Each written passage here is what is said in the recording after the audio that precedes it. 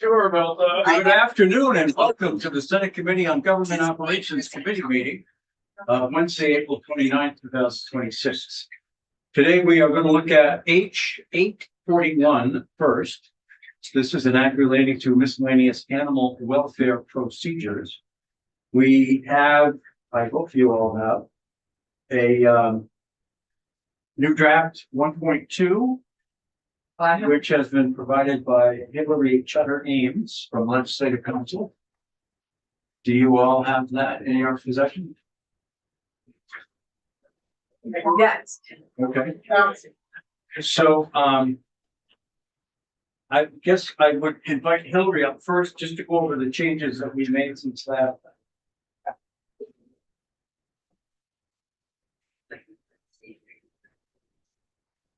All right, for the record, Hillary Chutter Ames for the Office of Legislative Counsel.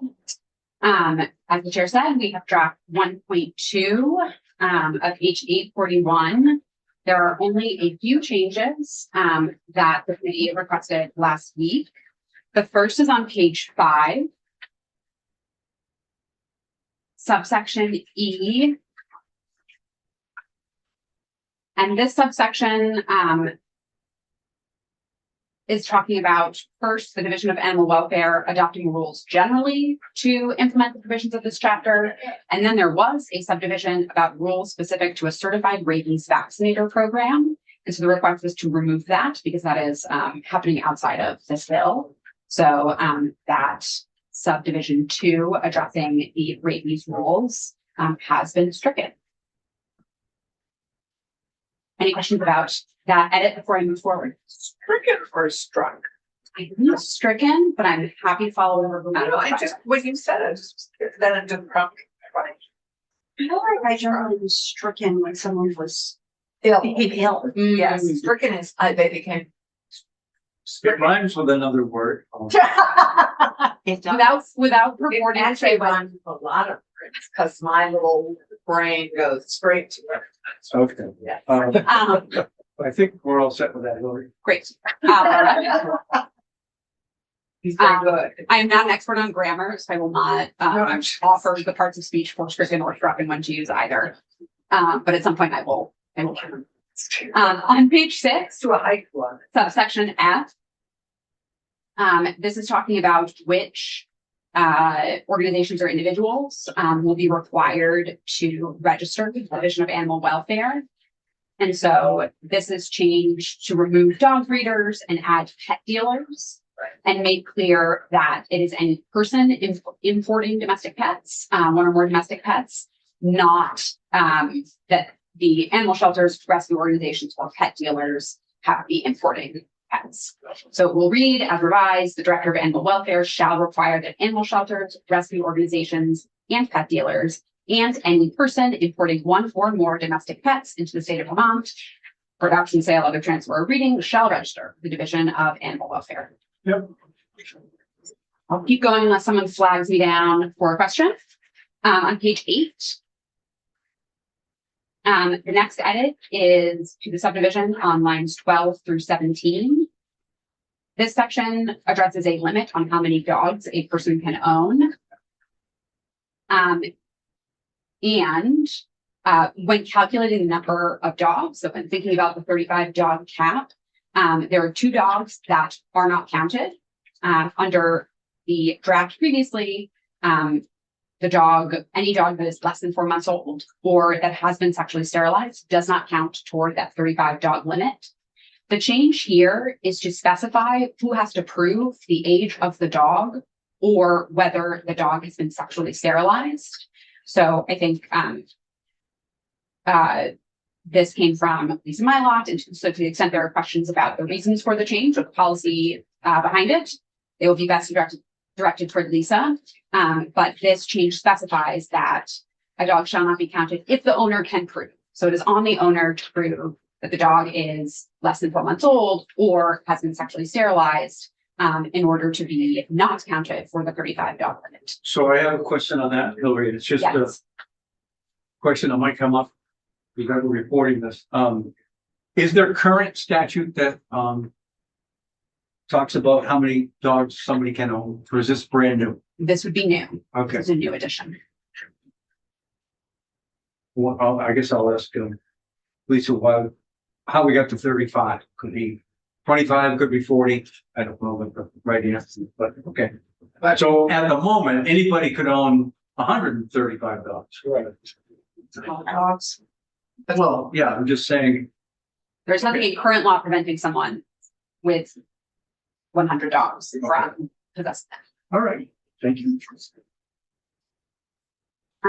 Moving forward, this is our penultimate change. At the bottom of page 13, and running on to the top of page 14, this is a section about the information that an animal shelter or rescue organization is required to collect if available. And there are no changes to the kinds of information that the shelter or rescue organization has to collect. But the request from the committee last week was to remove the requirement that the shelter or organization report the information to the director. yeah, we took that out. Exactly. So that is struck or stricken from lines 21 running on to line 1 on page 14. And the final change, to the larger one, this is on pages 16 and 17. This is section 14, the advertising section. So the discussion with the committee last week, the committee raised a number of very good and important questions about how this was functioning, what kinds of information should be required, what enforcement would look like, what the information was being used for. And so the direction from the committee was that I would go back and work with Lisa on edits for this section. And Lisa can also speak to this, but the discussion we had was that the advertising requirement was originally included in the bill as it included licensing provisions. So to the extent that the committee members were asking about enforcement and where this fit, it fit in the bill as introduced, and that here and obviously the licensing provisions are no longer in the bill. So, and the suggestion from Lisa was to wait and handle the advertising requirements at the same time that there is further discussion of enforcement or licensing, because they really go hand in hand. So it's a way to address them holistically. So based on that, this draft removes the advertising section and renumbers the remaining sections. I may be on the wrong draft then. No, sure. 1.2. I am. Print it out, I think, for you. On your- Wait. Oh, it is. Oh, Yeah. where is it printed out? On your plate. Somewhere on your plate. Oh, no, it was underneath. Oh. You're here. Well, I have it. I see 841 on our website, but I It's see the as 1.2. passed by that. I don't have that version. If maybe we could just Oh. post it on the 1.2 on the website. I've just been following along it. I'm also happy to share my screen if useful to see it on the screen. Yeah, I don't need to print out. It's just if we could post it, that would be really helpful. But yeah, so that would just be taking out section 14 as with the as passed version. Yes. Okay, then yeah, I understand. In answer to the previous question, struck is the standard past tense and the participle of strike. Stricken is an alternative, often poetic or formal, past participle used as an adjective for affliction or removal. Example, stricken with grief. Struck is preferred for physical contact. So I struck a ball, but the line was stricken. You can do that. Really curious. There's reference in the legislature on this, but No. Individual I'll legislators may have a preference. there we go. I learned something. I didn't mean to interrupt you. Oh, no, that was a That was the last. delightful introduction. These are the things that, you know, the side notes that give us pleasure. Strike us with joy. Strike this with joy. Senator White. Sorry. Fully in support, sorry, Okay. I was swallowing. Yeah. Fully in support of this bill, and I appreciate the changes, especially around the advertising piece. I don't think that would have switched my vote one way or the other, but I was confused and it seemed like an opportunity for folks to, when there are good actors, provide good context and information. So I do hope if someone is advertising that they choose to provide this information, that those who are purchasing or adopting animals also get this information, which I assume they can get through conversation with the purchaser. But I like that we've taken that out of the thing. Don't love that we know how the entire company study as to the reason. It's my understanding is part of why we were doing it was to start to gather information, as we currently just have no idea how animals are moving through it. Where they're coming from. I thought that, I agree, that was pretty. Yeah, and I appreciate that there wasn't an enforcement mechanism, but that, you know, I mean, from just a theological study, most people will do what the law tells them to because the law tells them to. And so that's when increase the amount of information we have about animals being, oh, I don't want to use that word, moved through the state. Yep. Anything else for Hillary? No, Okay. over the head.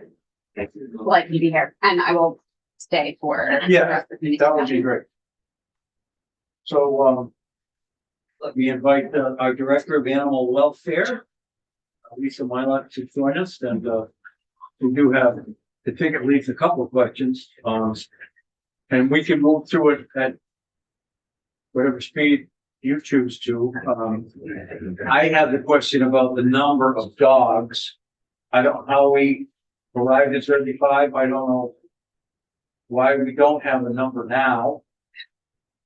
It seems like, I mean, I have 5, so that's a lot. No, it's not. I have 6. Okay. 5 is normal. No. It's low. It's just low. Oh, okay. Well, I say I.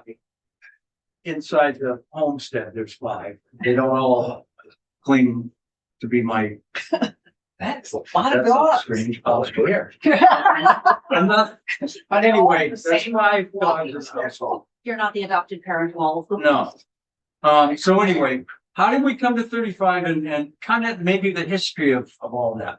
Sure. So Lisa Mylott, Director of Animal Welfare for the Department of Public Safety, for the record.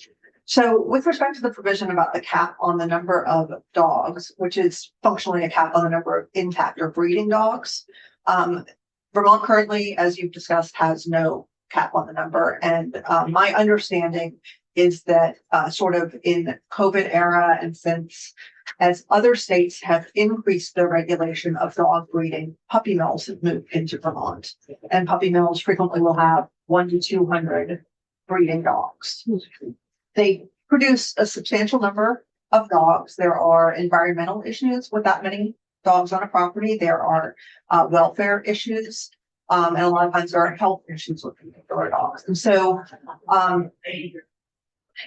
Representative Waters Evans was interested in, is there a way to sort of, without jumping full scale into licensing, given that the details of that take a little bit of time to work out, is there a way to curb that excessive breeding activity without impacting hunters?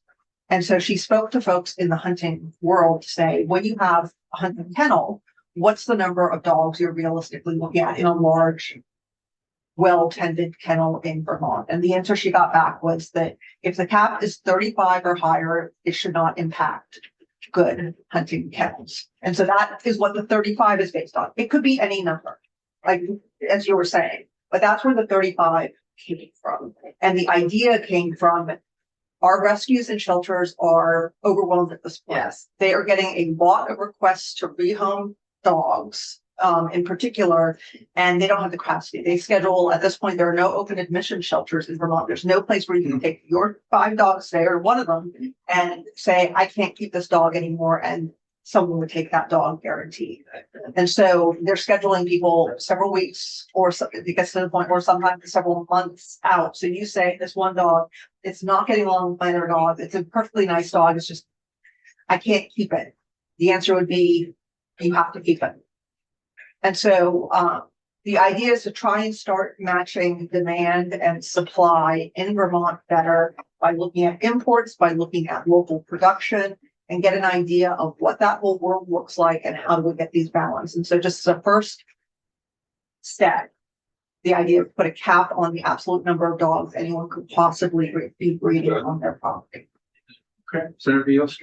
So 35 dogs feels like a lot of dogs, but we're actually not talking about 35 dogs. We're talking about 35 breeding dogs. Someone could have 75 Yes. non-breeding dogs and 35 breeding dogs, and that, and I also, if I recall, it doesn't include dogs under a certain age. 4 months. 4 months. So When I'm thinking about 35 dogs total, that feels like an awful lot of dogs. When I'm starting to take into account that we're actually only talking about breeding dogs, that still feels like a tubby mill territory to me. I think it's a lot of dogs. However, this applies to all persons in Vermont, and entities, of course, are persons. So even a shelter that or rescues that uses fosters, if we said 35 dogs total, and so until we get into some sort of concept of how many animals are in rescues and shelters and legitimate breeding operations, it's hard to say what the absolute number of dogs should be. So that's why it's breeding and we're not dealing with overall. I agree there's a lot of dogs, and that is a policy question for you all, but My concern is actually not that we should have a total number, but that the number of breeding dogs should be lower. I think 35 breeding dogs is not a responsible breeding I practice. think that that's 35 litters of. That's potentially 35 2 a litter year, but puppies. they all have 2 a year then, so it's. I mean, not I mean, that's like irresponsible to breeding. them, they don't. Yes, have to. Right. Like, I think about my dog came from a breeder. I did a lot of research to make sure that I was working with an ethical breeder. My breeder had 3 dogs on the premises. Only one of which was a breeding female. The male came from another Place. breeder. I wouldn't even call them a kennel because that's not what they were. And they had they had 2 litters in the past 5 years. Like and that's not the only way to do it, but potentially 70 litters a year. I'm sorry, that's a puppy mill. Right. And so my concern is not that we say you can't have more than 35 dogs total. It's that I think that 35 number of breeding dogs needs to be lower if we're trying to prevent puppy mills. That is a policy decision for you all. 35 is a lot of breeding dogs. You have to have multiple caregivers there. So, for example, the Association of Shelter Veterinarians, which is about shelters, but it's the same concept. If you have 35 dogs, they're probably being kenneled, which is the equivalent of a shelter setting. Estimates that it takes 15 minutes a day just to clean and feed a healthy dog. So if you have 35 breeding dogs, you have to have it. That's going to take you 9 hours just to clean and feed. So you have to have 1.5 full-time people to do that 7 days a week, in addition to enrichment, in addition to whatever the breeding practices, in addition to the sales practices, in addition to the exercise, right? So there has to be a whole operation to be doing this in a humane way. And I don't have confidence that happens a lot of the time with this many animals. But at the same time, it's really a call of, I think there needs to be some more discussion with the hunting lobby and about what legitimately, in terms of the number of intact dogs, that is reasonable for a kennel and being cared for appropriately, but that's not today. And then also the sled dog industry frequently has fairly large numbers. My understanding is that recently there's been some guidance in the hunting world saying that altered dogs can hunt as well as unaltered ones, and in fact, they don't pursue mating as vigorously when they're there. Because they're more focused. Right, but my understanding, I have not seen it, but my understanding is there's been some recent guidance on that point, which might change. So it might be in a year or two, we're having a different discussion because the thinking around it has changed. I don't know. Senator Clark. So. I reread that. I don't see where it says simply a person shall not own more than 35 dogs. It doesn't say breeder dogs. It does, because it says we won't count altered dogs for dogs under 4 months. And so it's So only that doesn't say intact. it's breeder dogs. It just says that the others can't be. That's those things. Right. The effect of the whole provision together will be 35 is the number, but the second part says you don't count for the 35 any dog that is under 4 months or sexually sterilized. So effectively you have a 35 Intact. intact. dogs. Right. Exactly. Over the age of 4 intact dogs. So, and my question, Lisa, is when you're talking hunting dogs, so we don't, I mean, there are bear hunting dogs, which more challenging. There are, I thought it was illegal to hunt deer with dogs. It is. So, and we have very modest amount of fox hunting here. So what dogs are we talking about that we need for hunting? People use one dog. Well, I mean- yeah, there's the hounds that get used for predator hounding in general, so coyote hounding. as well. Yeah. So Do you remember bear, that whole thing? I know, raccoon, but I mean, we're, but so you got that, and then you've got rabbit, so like the beagles that get used. well, that's Or- like fox hunting. I mean, fox hunting and rabbit hunting, I mean, those are. But there's a lot of they're rabbit used. hunting in Vermont and rabbit trials and rabbit and kennels of dogs for rabbiting.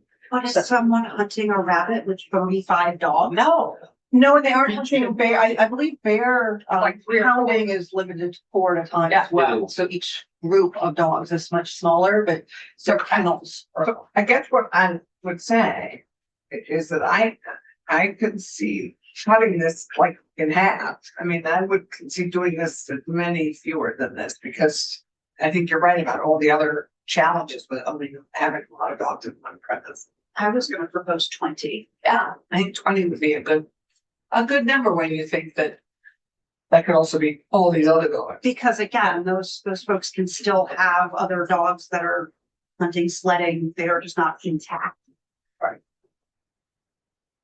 But I thought I understood you to say, Lisa, that this included a humane society. But humane societies have generally alter all of their dogs pretty quickly, so they're never gonna hit 20 Okay. intact dogs unless they just took an impound, they. In that 55 plus speed base from March, if we sent them to a humane society, then temporarily they would have one, but they'd be getting them altered as quickly as possible.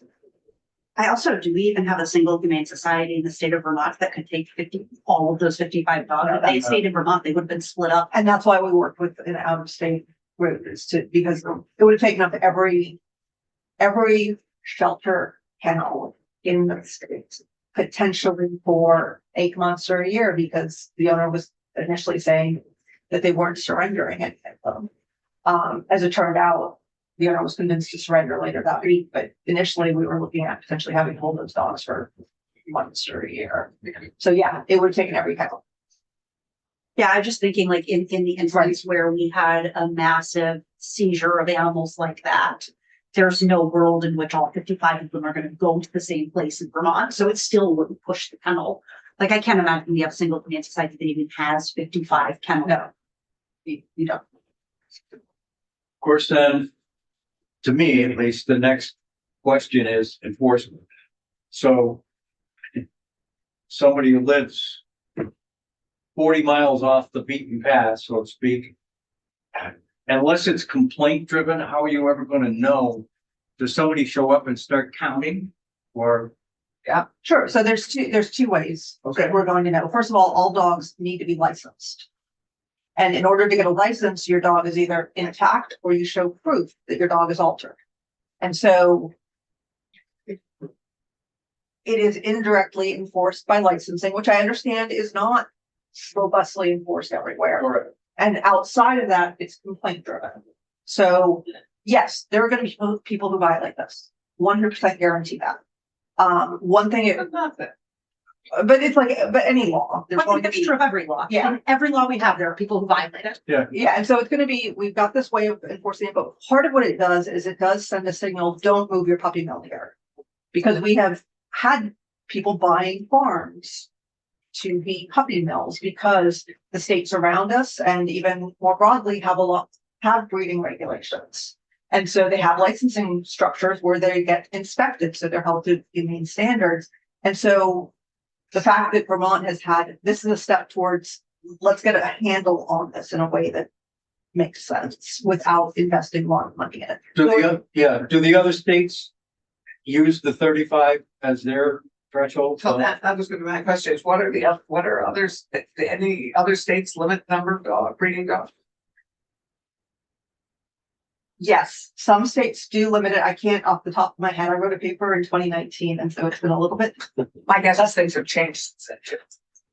somewhat. I'm sure that more have moved towards it, but yeah, so some states do limit the number of breeding dogs you can have. Most states have some sort of inspection licensing, payment of costs regime, if you have about a de minimis number of breeding dogs. We're not one of those states. No, and given the difficulties of getting the division up and running this year and the timing of everything, Yeah. I didn't know if any of them had language that would be easily more Used. digestible. rather than just saying 35 is the number. And I don't know what the right number is. I don't know. I haven't had any pushback from anybody that's kind of read this out there and said, hey, wait a minute. You're taking my rights away. I should be able to do, that kind of rationale for it. Well, your committee just pushed back a tiny bit, because I'd like to take it down to 20. I think a lot of bodies don't. Sounds more like. I don't mind that. You're probably absolutely right, but until somebody tells me,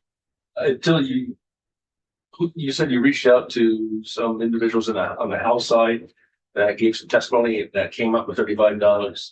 Representative committee. Waters Evans spoke with some folks in the hunting Shay, that was lobby. Yeah, so Shay reached out to folks in the hunting world and said, what's a number that will not impact?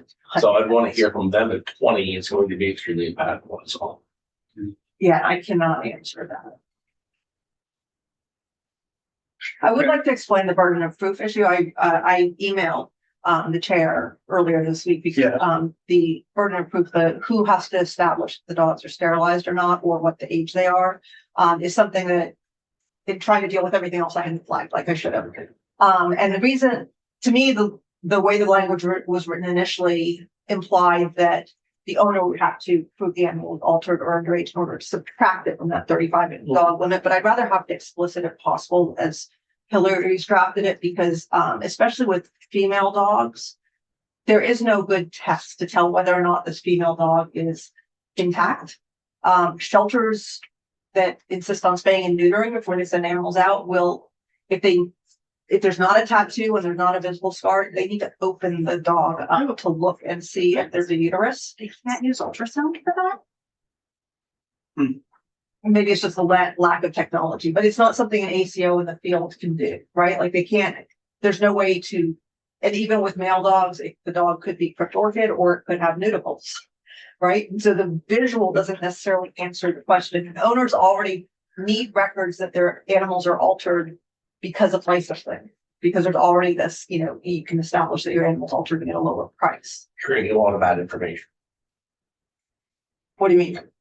Well, I think they're gonna not tell you necessarily the truth on which dogs have been altered and which ones haven't. But they have to, they have to be able to prove it, which means they better have a vet certificate.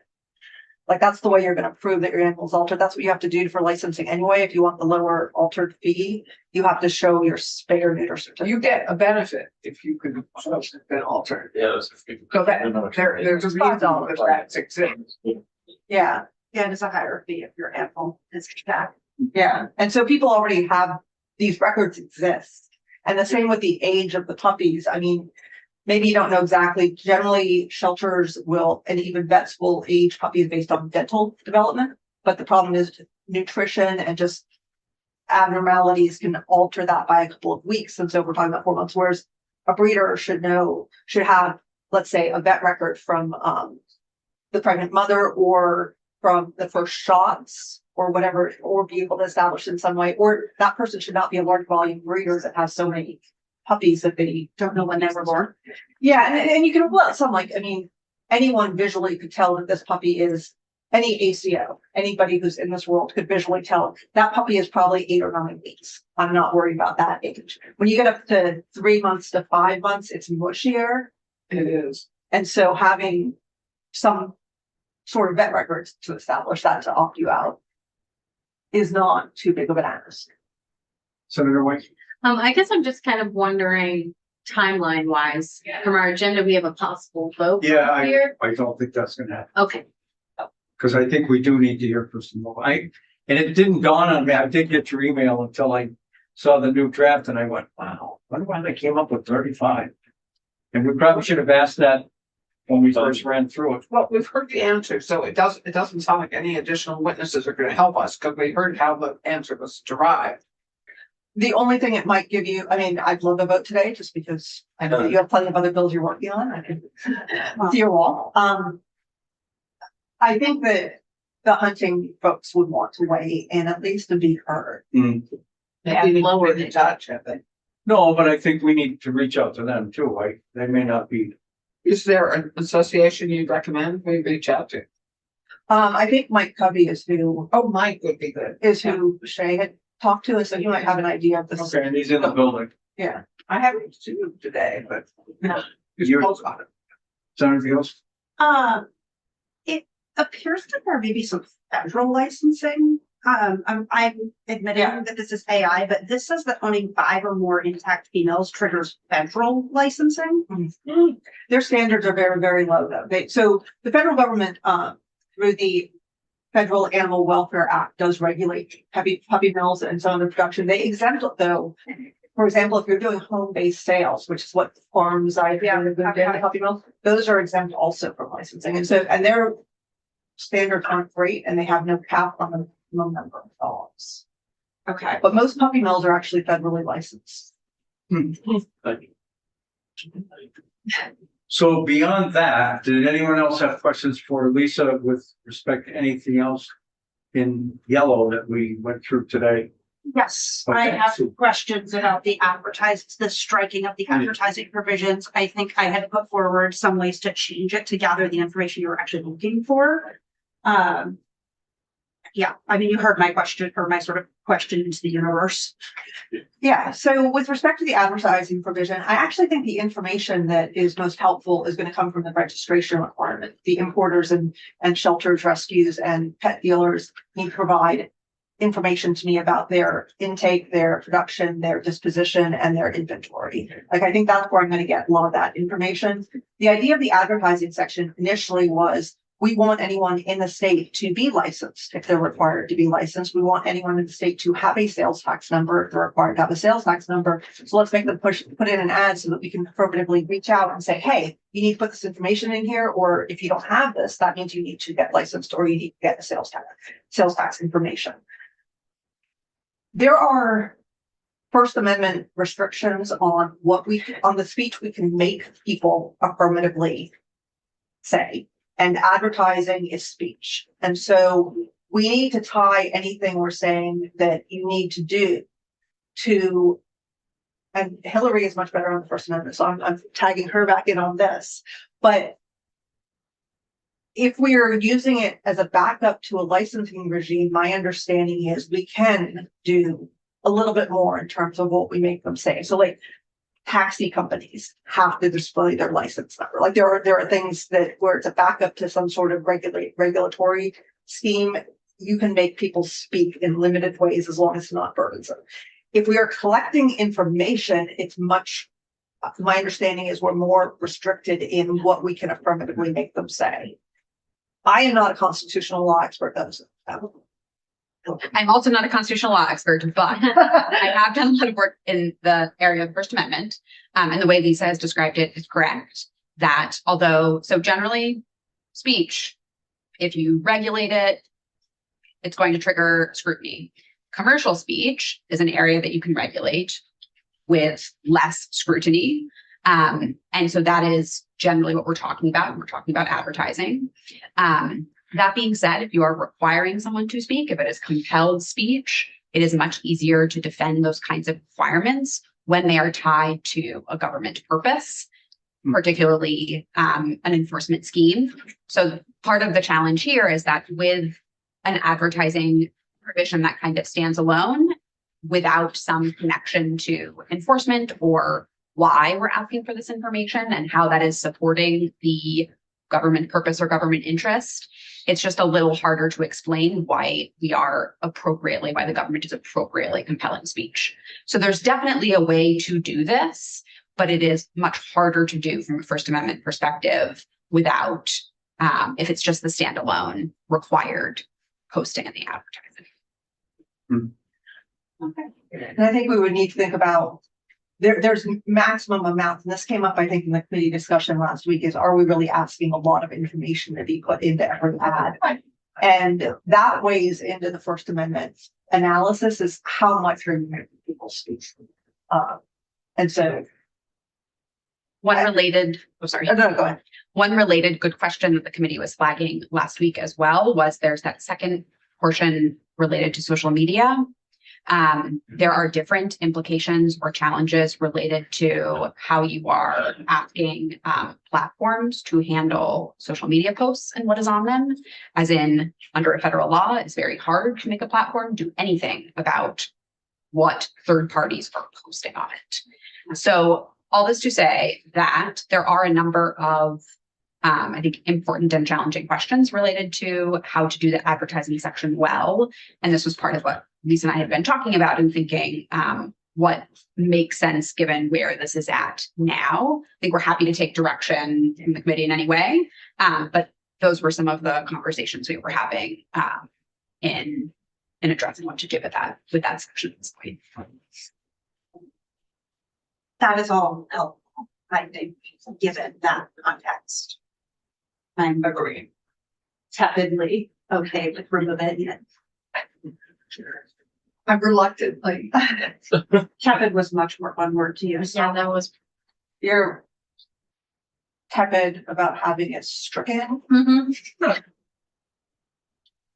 That's I am struck by her.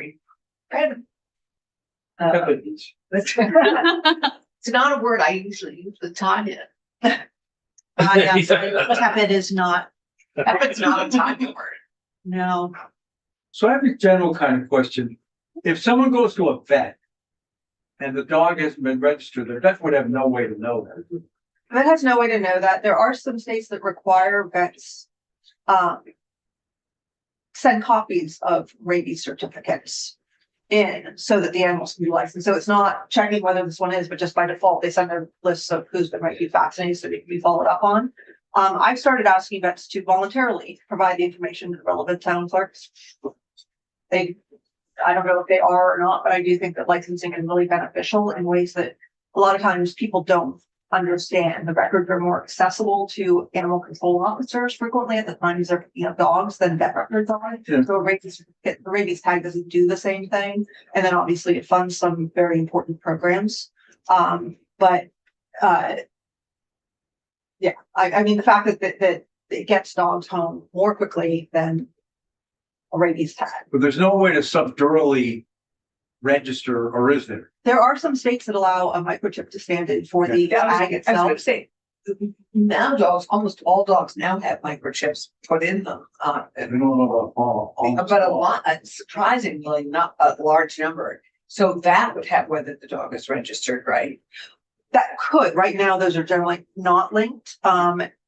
Typically having any sort of records like that linked to your dog's microchip registration will cost you money every year, which is not what we're going for, but there could always be an in-state registry, right? Where the microchip is linked to the rabies information. And there's online ways to get dog licenses. A lot of jurisdictions actually use online registries for dog licensing rather than people do pen and paper or do a combination of them. So there's ways to update licensing in this legislative session, I might suggest, but Given we're close to the end, but maybe for next year. You're so optimistic. So, The most of those microchip. So I guess I'm wondering how that would work or if it would work, because a lot of the microchips to be fully functional come with like a subscription. That you have to pay for. gosh, they don't have to pay for it. They all try, they keep your record. If you update your contact information, there's generally a fee for that, but some of them, there's not even that. So for example, the microchip I used, I started ran a spay neuter program in Georgia before I came here, and the microchip I used for that had free registration, and you can even update it for free. Now they try and upsell you if you want your vet records connected to your microchip, which I have no reason to have my vet records connected to my microchip. They would charge you money, but that is free in itself. Interesting. They all try and upsell you though. Well, they all try to make it sound like your microchip won't work Yeah. unless you pay your subscription. Yeah, that you can't update your information with a lot of them, and they won't do affirmative alerts. If your pet gets lost, so if your pet gets lost and you want them to push out that information to everyone in the area, that generally means that you have to buy a subscription. But if your pet gets lost, you're probably willing to pay $50 to do that for one time. It seems like dogs are more, I don't say troublesome than cats, but there's more to it, sort of. I think that's a societal choice. I Yeah. think that we are okay with cats being wandering a lot more than we are okay with dogs wandering, but not everywhere or everybody is okay with that. We are more okay with higher mortality for them because outdoor cats typically don't have very long lifespans. Oh. And we don't monitor things like the rabies status as heavily, although it's legally required that cats be rabies vaccinated. But for example, there's a provision in Vermont law, which really surprised me, that if you have a barn cat, you are welcome to get a rabies vaccine from your vet and administer that vaccine to your barn cat yourself. Which to me seems insane. That'd be great, because if it's a cat that my vet can't handle, I'm not putting a vaccine on a cat. It's I like my lips. But, yeah, I know. That's why even talking about rabies vaccinator stuff, the fact that Vermont allows. Completely untrained We could owners. be- So maybe we could just put the rabies vaccine in the food, which they're now dropping all over Vermont. I Yeah. noted. Thank you for that. It's only about 20 years too late. But at least it's a start, now that we have no records left practically. We could do the same thing with cats. We could just we could put it in their food. I know with dogs, there is an oral vaccine. Yeah. It's not yet approved though. So you couldn't get a rabies certificate. You can't prove, if that dog bites someone, the owner can't prove they're vaccinated. And so I think that, I don't know that there's, Why? If they give the dose and it's eaten, isn't that? because it's not approved for that use yet. Robert Kennedy's slow on this vaccine too. Sure. And so I assume it's the same with cats. And I actually, even with the owner vaccinating their own cat, it's the same situation where you can vaccinate your cat because it's a good thing to do. But if that cat bites someone, you don't have a rabies certificate signed by a vet saying cat was vaccinated. So you're into the rabies quarantine and potential euthanasia. Wow, I guess we've opened up a. I don't want to say a can of worms. Huh. This is what you get for asking a law professor question. It Yeah. is easy. We're Look on the page. Stick with the thinking too much. Maybe so. None I of mean, these I questions mean, came not so up on much, it's the very floor. interesting. It's an No. interesting public health challenge, quite frankly. Senator Yost, So I'm curious if the law disallowing antibody titering for rabies is a state law or a federal law. So we don't, what? so you can use a blood test to test for antibodies. But we do not allow that. If a vet did that test and said, yep, this animal has antibodies against rabies, if they still, in order to get the rabies certificate, have to get that vaccine every 3 years, even if they're shown to be still immune. And I'm wondering if that is a state or federal law. I believe that is a state law and it's based on the rabies compendium, which is where most of the guidance about rabies vaccination comes from. And the difficulty with the titers is that there's actually not the standards of proof that we want for an animal that is biting a person. Titers are not accurate enough at saying that this animal is immune.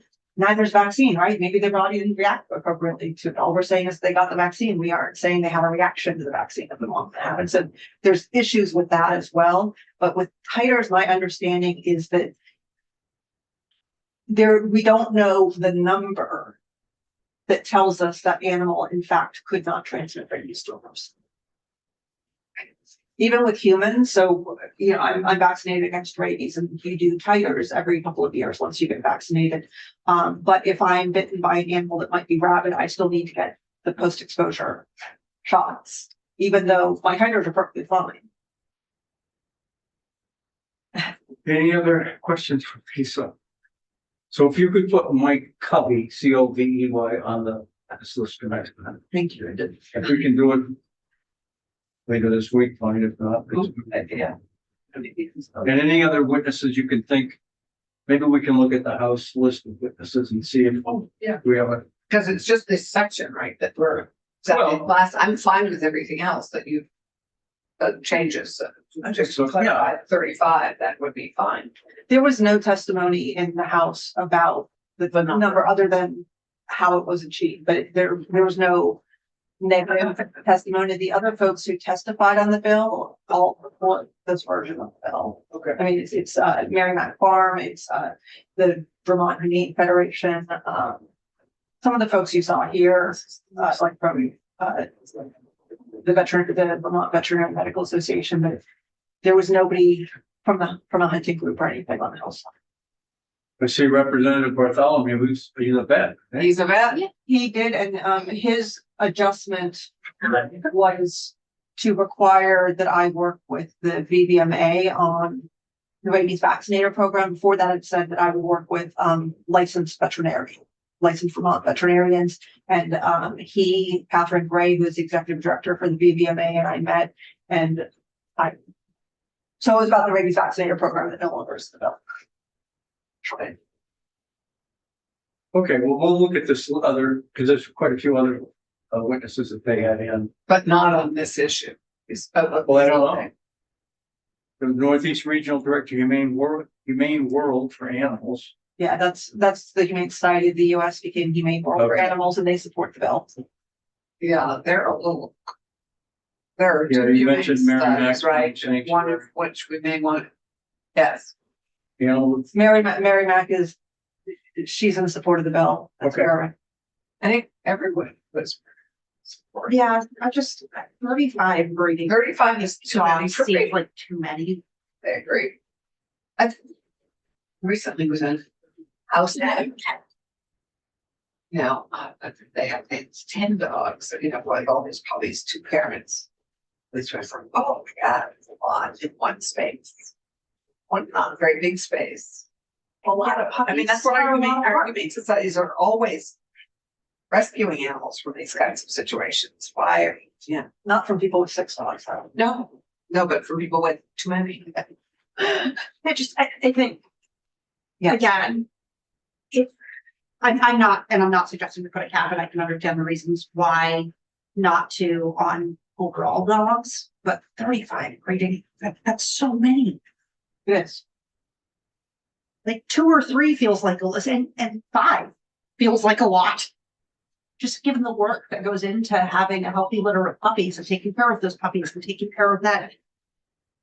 Well, and from a risk-based analysis, I mean, the rate at which things can go bad increases the more dogs there are, right? The rate at which it can tip over into a problem operation. That said, I will be very interested to listen to. yeah, we'll have a minute. Okay, anything else for Lisa? Or Hillary? I don't think we've suggested any changes to the language. Oh, stay tuned. Well, we had suggestions, perhaps, but committee hasn't come. Okay, thank you. So let me suggest we take a break, and we have our next item up, H 935, the emergency management bill up 2:30. And so you have 10 minutes if you want. We're meeting to do in 10 minutes.